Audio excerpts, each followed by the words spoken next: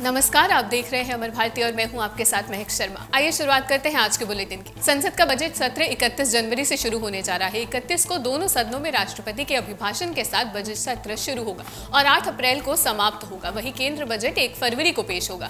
सत्र का पहला भाग 11 फरवरी को समाप्त होगा। 1 महीने के अवकाश के बाद संसद का दूसरा भाग 14 मार्च से शुरू होगा और 8 अप्रैल को समाप्त होगा। देश में कोरोना के रोजाना मामलों में हो रही बढ़ोतरी के बीच दिल्ली के स्वास्थ्य मंत्री सत्येंद्र जैन ने उम्मीद जताई है कि राजधानी में आज 25,000 से कम कोरोना केस आ सकते हैं। साथ ही उन्होंने बताया है कि अस्पतालों में करीब 88% बेड खाली है।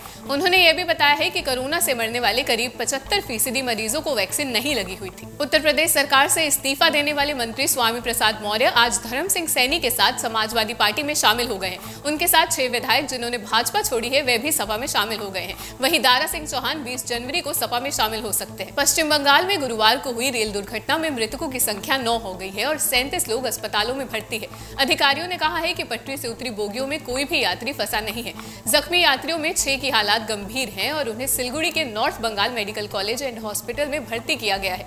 बाकी लोगों का इलाज जलपाईगुड़ी और मैनागुड़ी के अस्पतालों में चल रहा है। संयुक्त राष्ट्र ने अपनी एक रिपोर्ट में कहा है कि भारत में डेल्टा के कारण पिछले साल जो हालात पैदा हुए थे वे फिर से उत्पन्न हो सकते हैं। यूएन ने कहा है कि नई लहरों के कारण मृतकों की संख्या और आर्थिक नुकसान में फिर से वृद्धि होने का अनुमान है। उत्तर प्रदेश चुनाव के लिए भाजपा की सेंट्रल इलेक्शन कमेटी ने 172 सीटों पर उम्मीदवारों के नाम फाइनल कर लिए हैं। इसी के साथ ही यूपी के दोनों डिप्टी सीएम केशव प्रसाद मौर्य, दिनेश शर्मा और सीएम योगी आदित्यनाथ के चुनाव लड़ने पर संशय खत्म होता नजर आ रहा है। इसमें माना जा रहा है कि सीएम योगी आदित्यनाथ अयोध्या से चुनाव लड़ेंगे। वहीं कौशाम्बी के सिराथू से केशव प्रसाद मौर्य और लखनऊ की किसी सीट से दिनेश शर्मा चुनाव लड़ सकते हैं। उत्तर प्रदेश विधानसभा चुनाव से पहले एक एक करके भारतीय जनता पार्टी के 10 विधायक पार्टी को अलविदा कह चुके हैं। इस क्रम की शुरुआत यूपी सरकार के कैबिनेट मंत्री स्वामी प्रसाद मौर्य से हुई, जिसके बाद विधायकों का पार्टी को अलविदा कहने का सिलसिला जारी है। भाजपा छोड़ने के बाद मंत्री धर्म सिंह सैनी ने तो यहां तक दावा कर दिया है कि 20 जनवरी तक एक मंत्री और 3 से 4 विधायक रोज भाजपा का साथ छोड़ेंगे। दुनिया भर में कोरोना के मामले लगातार बढ़ रहे हैं। इसे निपटने के लिए वैक्सीनेशन का कार्य भी जोरों पर है।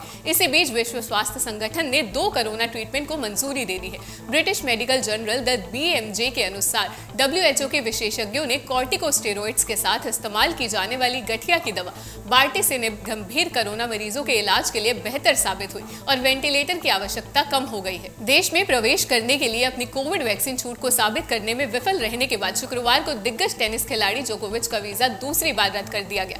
बता दें कि टेनिस स्टार नोवाक जोकोविच कोरोना का टीका नहीं लगवाने के बावजूद ऑस्ट्रेलियाई ओपन में भाग लेने के लिए कानूनी लड़ाई जीत गए थे, लेकिन सरकार ने उनका वीजा दूसरी बार रद्द कर उन्हें बड़ा झटका दे दिया है। भारत ने साउथ अफ्रीका के खिलाफ तीसरे और निर्णायक टेस्ट क्रिकेट मैच के तीसरे दिन गुरुवार को यहां अपनी दूसरी पारी में 158 रन बनाए।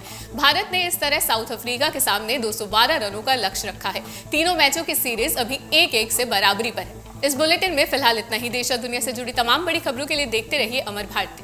परंपरा को आगे बढ़ाने का संकल्प है हमारा, क्योंकि आपकी उम्मीद पर टिका है परिवार हमारा। अमर भारती एक उम्मीद, जज्बा बुलंद हौसलों का, जज्बा भारत के निर्माण का।